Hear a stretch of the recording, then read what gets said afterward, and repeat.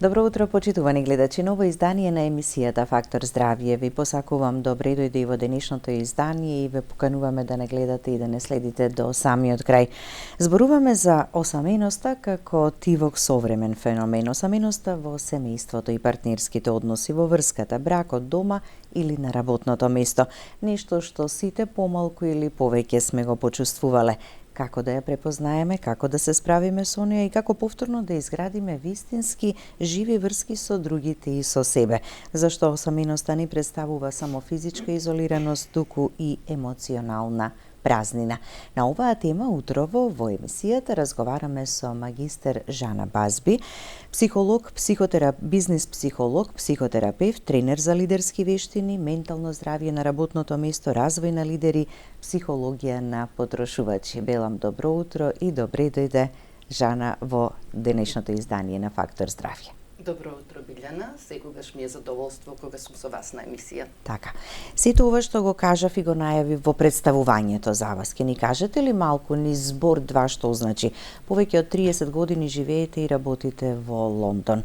Често доаѓате овде во Македонија и ние секогаш го користиме моментот да слушнеме од вас убави и добри информации и препораки кога станува збор за менталното здравје, но не само како ментално здравје, туку многу аспекти опфаќате во фокусот на вашето работење. Токму така, да. Специјалност ми е менталното здравје на вработените, исто така развој на лидери и лидерски вештини и психологија на потрошувачи. Јас правам еден интегративен пристап на сите од овие три сфери кои што ги покривам, како резултат на тоа што сум почнала и да работам со менталното здравје во минатото, меѓутоа сега е веќе фокусот повеќе како менталното здравје влијае и како може да се подобри кај вработените во компаниите, за да и тие бидат попродуктивни, поефективни, а со тоа и самите организации да имат поголем успех. Тренирањето на лидерите е исто една многу важен елемент во сето тоа. Значи станува збор за тренинг на лидери, меѓутоа исто така и на менаџери. Работам и со индивидуалци, зависно по потреба. А во сето тоа исто така е вклучена и психологијата на потрошувачите. Тоа е многу интересно, да. Токму така, нешто што е многу значајно во модерното време што го живееме сега со целиот тој глобален консумеризам и со маркетингот, со брандовите од различни индустрии, например, да кажеме, така што ги покривам сите овие три области, ги спојувам заедно по потреба и независно може да, мислам, да се применат сите овие работи во различни индустрии, затоа што на крајот на краиштата станува збор за психологија. А психологијата е важна во сите сфери на животот, важна е во приватниот живот, важна е во професионалниот живот и се однесува буквално на секоја една индустрија. Да. И ние овде секогаш сакаме така да споредиме како е кај нас, како е надвор од Македонија. Ако споредуваме колкав е интересот за сето ова во Лондон, колку бараат и помош и препорака и совет за да се подобрат, како е овде според вашиот личен впечаток, бидејќи комуницирате, работите, присуствувате на многу настани, бараат ли овде луѓето? Да. Помош и поддршка во тој поглед и аспект? Да, има разлика, меѓутоа и овде веќе не е како што беше порано, значи стигмата е секако помала, за разлика од порано, таму е веќе една друга приказна. Значи, сето тоа е поразвиено на некој начин. Луѓето немаат толку голема предрасуда, да кажеме, да си побараат и психолог, да побараат и помош, без разлика, пак ќе кажам, дали се работи некој приватно да си бара помош, да. Или пак тоа што го бараат луѓето на работните места. Често пати се случува да побараат помош луѓе кои што држат некоја професионална функција, да кажеме, лидер, пак ќе кажам, менаџер и слично. Има тренинзи, доста работилници кои што се одржуваат за развој на тие меки вештини, да ги кажам, што се многу важни, но исто така и за развој на емоционалната интелигенција, и тоа е нешто што мене ми е од посебен интерес. Така да јас ги држам и тие коучинг сеанси, да ги наречам, еден на еден, исто така и групни, или пак работилници, каде што се обработува тоа, каде што луѓето можат да развијат емоционалната интелигенција.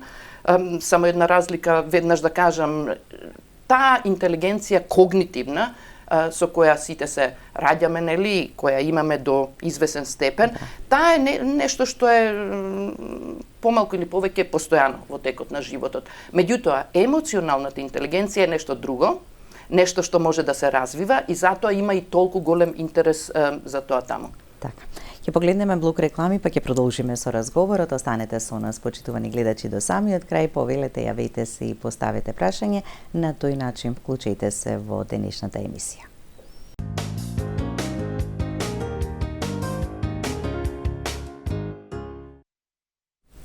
Со магистер Жана Базби, бизнис психолог, психотерапевт, тренер за лидерски вештини, ментално здравје на работното место, развој на лидери и психологија на потрошувачи, разговаравме на една мощна и интересна тема, осаменоста во денешното модерно време во кое што живееме, зошто се јавува, како да ја препознаеме и кога да побараме стручна помош да процениме кога е времето да се обратиме некому за да излеземе од таа осаменост. Велам интересна тема, бидејќи Жана во денешново време, кога сме многу повеќе поврзани, кога многу повеќе имаме можности за комуникација, помалку или повеќе голем дел од луѓето се чувствуваат осамени. Зошто е тоа така? Така, да. Тоа е, и дали јас е мислам, така? Баш е така, точно кажавте, тоа е еден парадокс на модерното време. Денеска сме сите поврзани дигитално. Поврзани сме глобално. Можете да бидете во Македонија, а веднаш да добиете некого или да разговарате со некого преку видео, на телефон, преку WhatsApp, преку Viber, преку социјалните платформи со некого кој што е во Австралија. Вие сте на еден крај од светот, тие се на другиот крај на светот. Нешто што, да кажеме, пред 20 на години беше просто незамисливо. Јас се сеќавам кога прв пат отидов за Лондон, тоа беше пред 30 и неколку години, раните 90-92, се јавував дома кај моите од телефонска говорница, дури не и од домашниот телефон, затоа што беше многу скапо. Меѓутоа немаше мобилни телефони, немаше интернет, немаше паметни телефони. Така да сега веќе живееме во една друга ера, дигитална ера. И често пати знаеме, значи да користиме текст, да му пишеме на некого, имейл, како што кажав, да се чуеме на телефон, да со видео да се чуеме и така натака. Меѓутоа, тоа колку што е добро и колку што е практично, толку и не е добро, затоа што луѓето на тој начин, на некој начин се отуѓуваат. Јас, например, повеќе сакам и пазам на тоа да не секогаш комуницирам со луѓето чисто само на телефон. Меѓутоа, можам да пишам порака, меѓутоа сакам да го дигнам телефонот, сакам гласот да го чујам. Глас. Да, на некого, сакам некој мој глас да го чуе. глас ќе процените дали е тој расположен, дали сака да разговара со вас, колку ќе сака да разговара, така можете да ја почувствувате. Апсолутно, значи таа цела интеракција е многу поразлична лице во лице отколку што е преку телефон. Тука не можеме некои невербални знаци да ги видиме. Дали изразот на лицето, тонот на гласот, тоа што го кажуваме, како звучи, може да звучи различно пишан текст. Меѓутоа, различно да звучи кога кажуваме нешто. И слично, така што јас мислам, тоа е еден можда и од главните причини зошто луѓето повеќе чувствуваат, значи, одвоеност, осаменост. Тоа е, можеби, како да кажам, како основица некоја. Меѓутоа, има и многу други причини зошто луѓето се чувствуваат осамени. Се надевам ќе ги дискутираме во текот на програмата. Да, може да сте обкружени со многу луѓе, а сепак да ја чувствувате осаменоста. Има разлика меѓу осаменоста и да се биде сам. Има суштинска разлика. Кога ќе го слушнеме зборот осаменост, знаеме што значи. На сите им е тоа многу добро, познато, има негативна конотација. Меѓутоа, осаменост и да се биде сам е многу различно. Да се биде сам, значи е наш избор. Значи, јас одбирам денес да бидам сама. Јас одбирам овој викенд да го проведам сама. Не ми треба друштво, не ми требаат луѓе наоколу. Јас одбирам, можеби, сама да прошетам. Јас одбирам, можеби, сама да појдам на шопинг, на пазарење и слично. Тоа е мој избор. Меѓутоа, ако чувствувате осаменост и не е ваш избор, тогаш веќе чувството е друго. Тоа е друго чувство. Тогаш може да почувствувате и тага, може да почувствувате и фрустрација, може чисто едно некомотно чувство. Меѓутоа, кога сте сами по ваш избор, без разлика дали сте сами оваа недела, овој ден, овие неколку сата, или сте одбрале да бидете сами, моментално, сингл, сами, без партнер, да кажеме, и ваш избор е, значи, тоа веќе, тоа е нешто друго. Тоа е нешто друго. Чувствата не се толку не се воопшто и негативни, и да не не кажам. влијаат негативно. Значи, тогаш во тие ситуации, ако сами одлучиме и одбереме, можеме да го искористиме тоа и за личен развој и просперитет? Апсолутно, да. Ама и многу... само кога е во таа ситуација, а само не да ни е таа. од други причини. Кога е наш наметнато. избор, значи, кога нас ни се допаѓа да бидеме сами, затоа што денес можеби сакам нешто да прочитам, можеби сакам нешто да научам, можеби сакам да погледнам некој онлайн тренинг и така натака. Не е битно што е. Можеби сакам едноставно да медитирам и да се одморам. Тоа значи си ги полниш батериите. Меѓутоа, осаменоста која не е ваш избор, тоа значи дека вашите батерии се празнат. Тоа значи дека нешто тука треба да се менува. Тоа значи дека нешто ви смета, нешто не е во ред. Така. Тоа е суштинската разлика. Така, избор треба... и наметнато. Да, на таа првата, така, треба да, односно не на првата, кога е наметнато, на таа треба да работиме и таа треба да ја препознаеме и за таа да побараме помош. Како влијае на менталното здравје? Негативно. Осаменоста. Осаменоста влијае многу негативно на менталното здравје. Постои една глобална осаменост на глобално ниво во светот. Секој ја доживува на различен начин, меѓутоа во секој случај може осаменоста да доведе до анксиозни чувства, може да доведе до депресија. Пред се, кога се јавуваат таквите чувства, значи таа осаменост може и да се продлабочува. Ние имаме една биолошка потреба да бидеме со луѓе. Значи тоа е нашата еволуционарна историја како човечки суштества. Меѓутоа, постои и психолошка потреба. Таа психолошка потреба значи да го почувствуваме она нешто што значи чувство на припадност. На сите ни треба такво нешто. Да знаеме во која група на луѓе припаѓаме, да знаеме кои ни се најблиски пријатели, да знаеме дека припаѓаме на некое семејство и така натака. Семејството може да биде биолошко, меѓутоа може да биде и семејство, како да кажам, вештачко, сами што сме си го створиле. Некогаш луѓето велат и семејството ми е на работното место исто.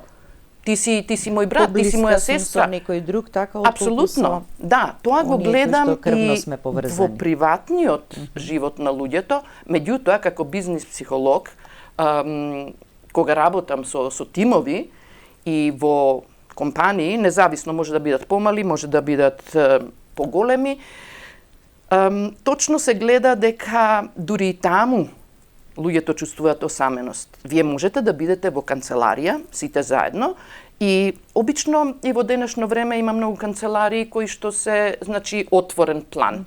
Секој си има работна маса, тука се блиску, меѓутоа секој е толку фокусиран во компјутерите, на работата, луѓето и паузата што имаат за ручек, некогаш ја прават пред компјутер, што е голема грешка.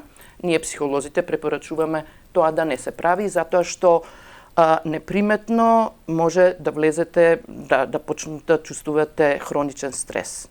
Хроничниот стрес, значи што значи? Значи дека трае веќе подолго време.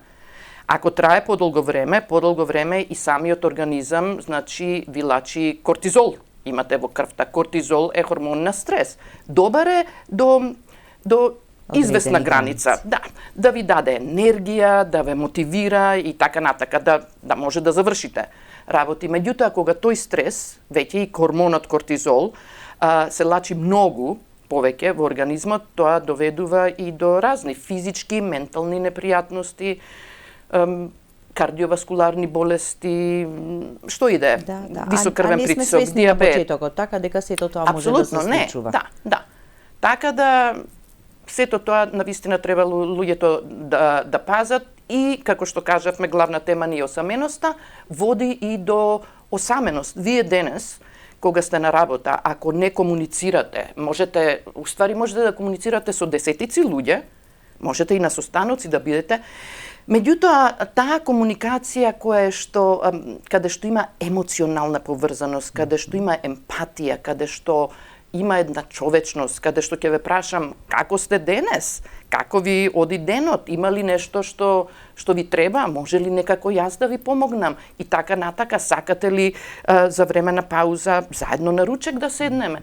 Сите тие работи, значи, ја менуваат формата на тоа чувство на осаменост. Ја подобруваат во овој случај. Така. Колку повеќе комуницираме, така, толку подобро е и за нас. И како велите, излегуваме на пауза, заедно. Да не сме со мобилните телефони, да, може некој ќе се јави да праша нешто кога има потреба, ама повеќе да разговараме. Тука нема да е присутна осаменоста во комуникацијата и релациите. Токму така, зависи каква е комуникацијата. Вие можете да бидете во група со некого или еден на еден да комуницирате, меѓутоа таа комуникација треба да биде диалог. Не може да биде монолог. Едниот само да зборува, да си кажува своите мисли, своите чувства, своите идеи, без разлика да се фали, да се жали, независно. Треба да има една интеракција, еден диалог. Треба да има да осетите дека другата личност и вас ве сослушала. Едно е слушање со разбирање, активно слушање, друго е само слушање. Слушате, ама и не го разбирате соговорникот. Па за тоа ќе си продолжите да се изборувате само за себе, за тоа ќе упаѓате во збор, што исто така за многу луѓе е фрустрирачко. Тоа веќе не е една комуникација каде што вие ќе осетите дека навистина ви било убаво, дека има квалитетна комуникација. И затоа, и во тие случаи, во таква една комуникација, дури и кога зборуваме со некого, може да се чувствуваме осамени. А уште повеќе нормално, па и кога нема комуникација.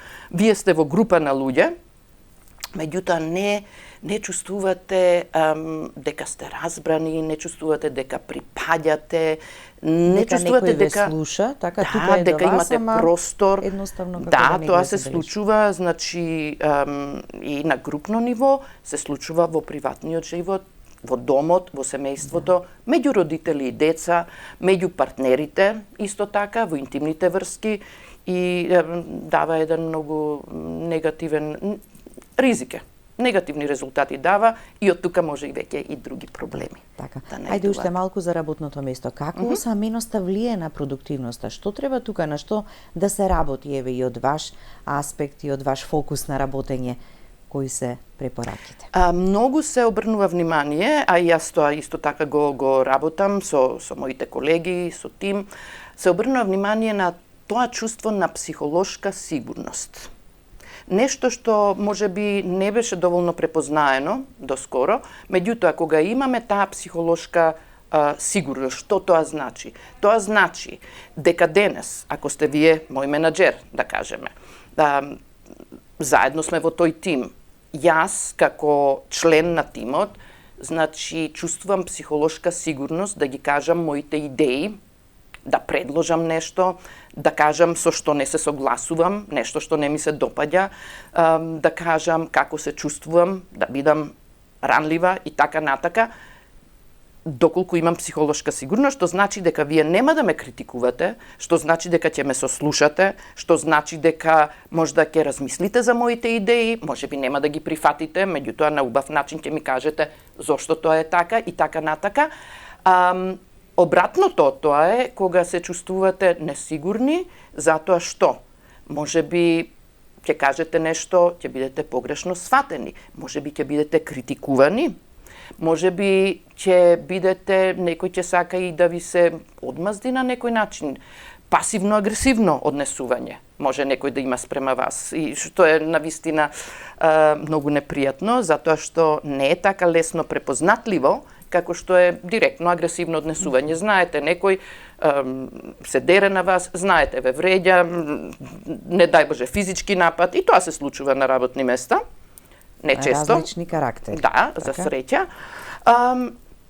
Меѓутоа, да, треба да постои таа психолошка сигурност. Затоа и јас, кога работам со клиентите, обрнуваме внимание, ставаме еден фокус на тоа, преку тренинзи, преку работилници, преку тие или еден на еден, значи, советувања. Има начини, има стратегии, има техники, значи како да бидеме повеќе психолошки сигурни, меѓутоа како и самите менаџери, самите лидери или собственици на компании да можат тоа да го овозможат. Како тие да развијат поголема емпатија и на друг начин да им придат на вработените, затоа што само на тој начин може целиот тим да функционира, само на тој начин целата организација може да биде успешна. И тука веќе сите се чувствуваат како едно, се чувствуваат како семејство на работно место. Да. И затоа често пати слушаме, кога имате добар менаџер, добар лидер, тогаш успешно функционира и компанијата. Убаво се чувствуваат вработените, го работат она за кое што се дојдени најдобро што можат, ама затоа што повратната поефикасни се, попродуктивни, одат на работа не само за да бидат присутни, тоа е друго нешто што често исто го гледаме во денешно време, така наречено презентизам, што значи тука сте присутни, меѓутоа присутни сте, ама не сте продуктивни, не сте ефективни. А друго е кога сте активно присутни. Кога денес станувате и се радувате дека ќе појдете на работа, затоа што тоа ќе ви го потполни времето, затоа што имате таму тим, колеги, затоа што нема да се чувствувате осамено и слично. Така, да се надмине она одам на работа, ама ми се враќаат нозете назад. Знаеме така, од времето ни останало како една поговорка, значи и на работното место Сакам многу да работам, ама не ми се оди важно, денес на работа. Да се чувствувате убаво, смирено, сталожено, бидејќи оние работи кои што лошо ги доживувате на работа, потоа ќе се рефлектираат и дома во семејството. Сесија е нешто поврзано. Поврзани се, друго, и така. така. Професионалниот живот има влијание врз приватниот, приватниот има врз професионалниот, исто како што умот и телото се поврзани. Ментални проблеми ви го афектираат физичкото здравје, ако имате физички, соматски проблеми, лошо здравје, тоа влија исто и на психата, се е тоа поврзано. Значи, ги гледаме работите како една целина. Да, затоа и физичкото и менталното здравје подеднакво важни, а дури на менталното може би веќе во денешно време многу повеќе Апсолутно, да, и внимание треба повеќе. да посветуваме. Така, ќе погледнеме уште еден блок реклами, па ќе продолжиме со разговорот. Останете со нас, почитувани гледачи.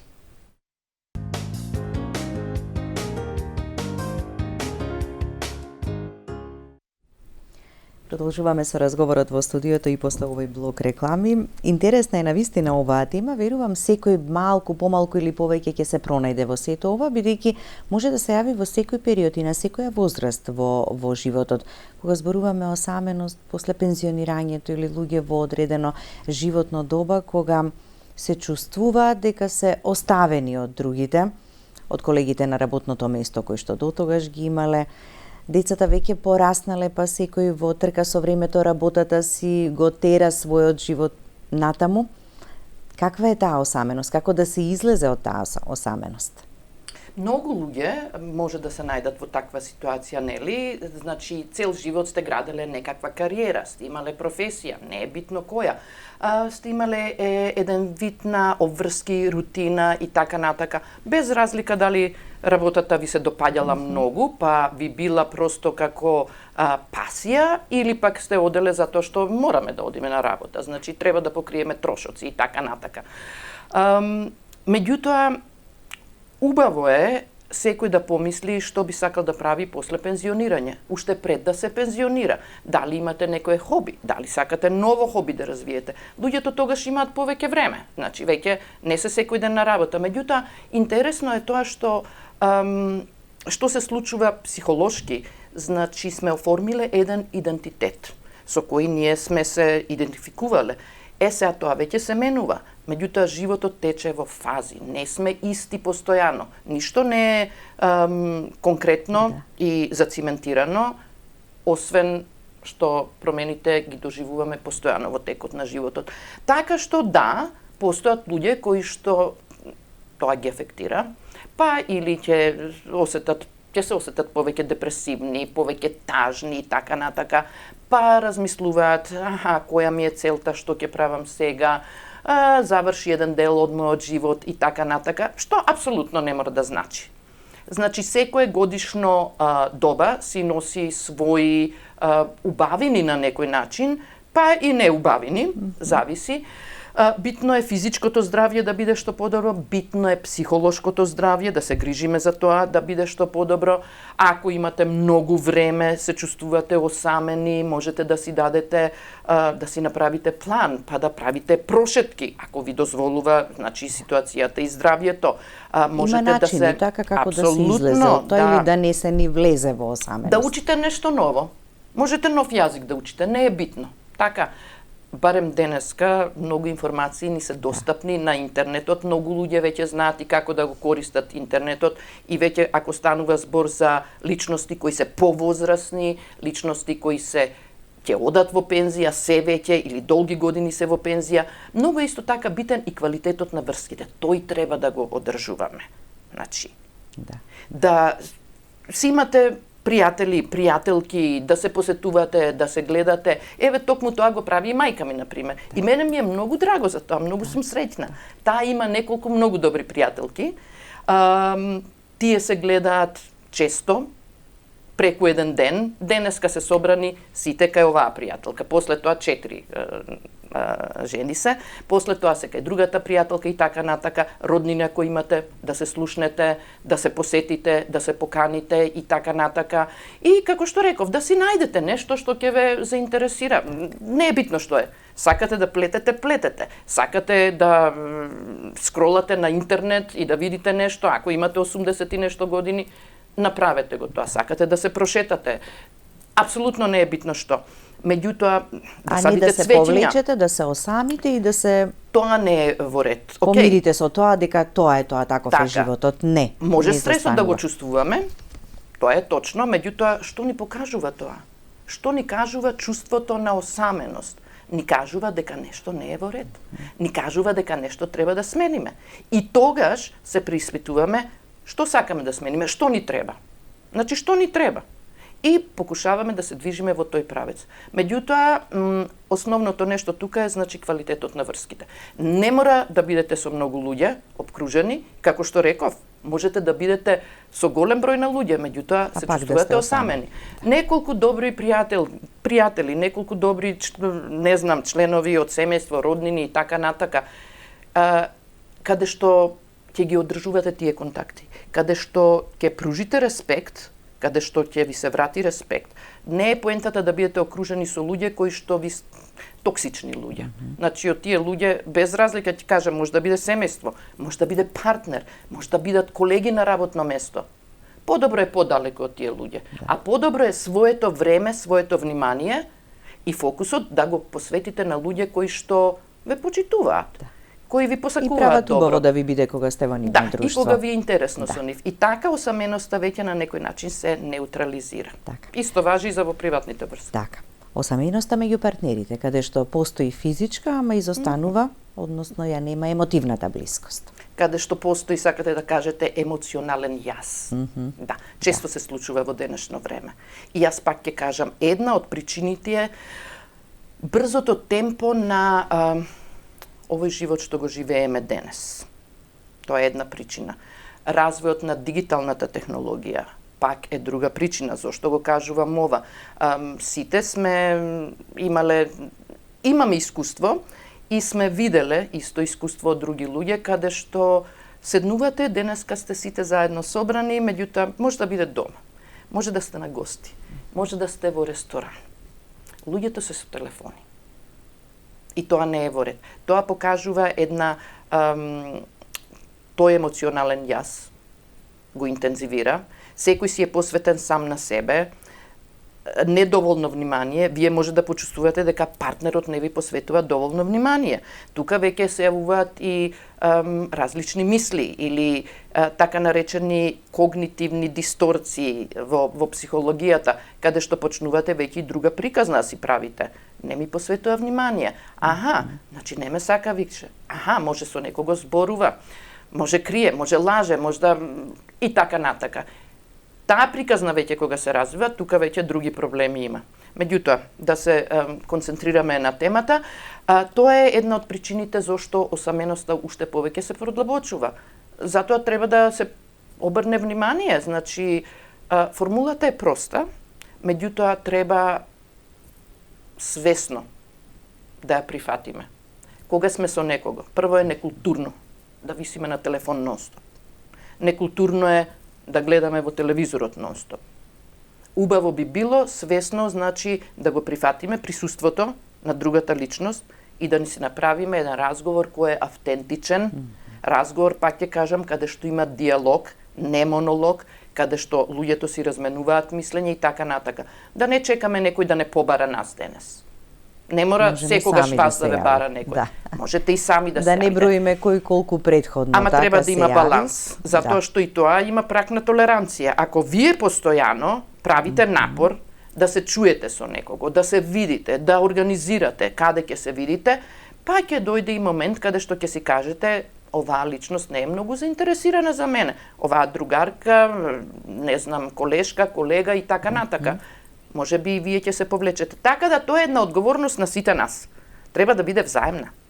Така ги градиме врските, така ја градиме и комуникацијата, а сето тоа позитивно ќе влијае така на нашето ментално здравје.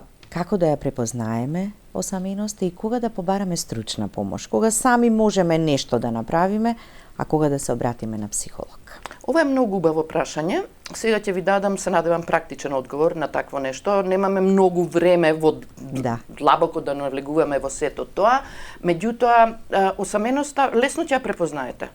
Ќе ја препознаете кога секогаш ќе ви се јави некое чувство на непријатност, на нелагодност, на тага, кога сте обкружени со луѓе, а всушност се чувствувате сами.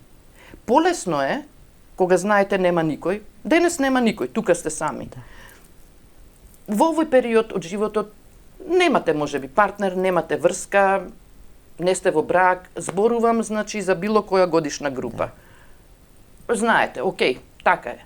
Меѓутоа, ако сте обкружени, ако имате на пример партнер, ако сте осаменоста во бракот е исто многу лоша. Значи постои еден јас тука, каде што тука сте, присутни сте физички, меѓутоа не си припаѓате емоционално, логистички се обавуваат обврските, значи дали ќе одиш ти по леп денес, кој ќе ги земе децата од училиште, аха, окей, искочив колата, треба да поправам, да носам на технички, не знам што, утре имаме гости, дај да испазариме. Тоа се едни рутински секојдневни разговори. Меѓутоа, многу е различно ако одвоите време и седнете заедно кафе да се напиете. Или ако одвоите саат време па сами да појдете некаде. На кафе, во ресторан, не е битно. Каде што ќе имате простор, малку повеќе да си разговарате. Не мора да бидат сериозни разговори. Може да бидат забавни, интересни разговори. Ама сте посветени еден на друг. Кога секој брза некаде, кога си ги кажувате работите, како излегувате од врата и како другиот влегува во врата, тоа е веќе тоа не е убав начин на комуникација. Да, немаме секогаш време да застанеме, меѓутоа свесно, ако се потрудиме да одвоиме простор, секој може да одвои простор. Често пати знаеме да кажеме, тоа луѓето го прават и со не знам, и со пријатели, и со во кругот на семејството. Немам време. Ич нема време, за тоа не се јавувам и така натака. Знаете како? Ама тоа се само изговори. Тоа се некогаш да, некогаш не, повеќето се изговори. Јас, ако сакам времето да го посветам со вас, значи јас треба на нешто друго да кажам не. Вас ви кажувам да, на друго нешто кажувам не. Тоа е мојот избор. Секогаш може да најдеме време. Јас можеби денес, токму попладнето, нема да имам време да ве видам, меѓутоа, следниот ден, следната недела, ако се потрудиме, и ако сакам да ве видам, Значи ќе одвоам сат време, ќе планирам пред време. И така, значи битно нешто за да се неутрализира осаменоста е прво да имаме едно свесно сознание за себе си, како ние се однесуваме, колку време ние губиме, да кажеме, на телефон, пред екран, пред телевизија, колку ние сме осамени по некаков си избор, ама не убав избор, и потоа да обрнеме внимание како тоа ќе го анулираме и ќе ставиме малце повеќе труд, значи да се чуеме со други луѓе, да се организираме и така натака. Квалитетот на врските го одредува квалитетот на животот. А исто така и степенот на осаменост. Осаменоста се јавува ако немаме луѓе околу нас. Тоа е осаменост. Така, да. Времето толку ни дозволува, Жана. Имаме уште многу за што да зборуваме, ма ќе го чекаме следното ваше доаѓање во Македонија за да направиме повторно емисија. Ви благодарам многу за гостувањето. Ви благодарам што ме поканивте. Што побрзо да се видиме во следна прилика. Ќе се видиме, јас често патувам на релација Скопје-Лондон. Секогаш ми е задоволство да присуствувам на вашата програма и да разговарам со вас. Ви благодарам. Благодарности до почитуваните наши гледачи кои што го следа и ова издание на емисијата Фактор здравје. Останете во добро здравје и добро расположение. Грижете се за вас, за вашите најблиски, не дозволувајте да бидете осамени. Се гледаме повторно утре во истиот термин.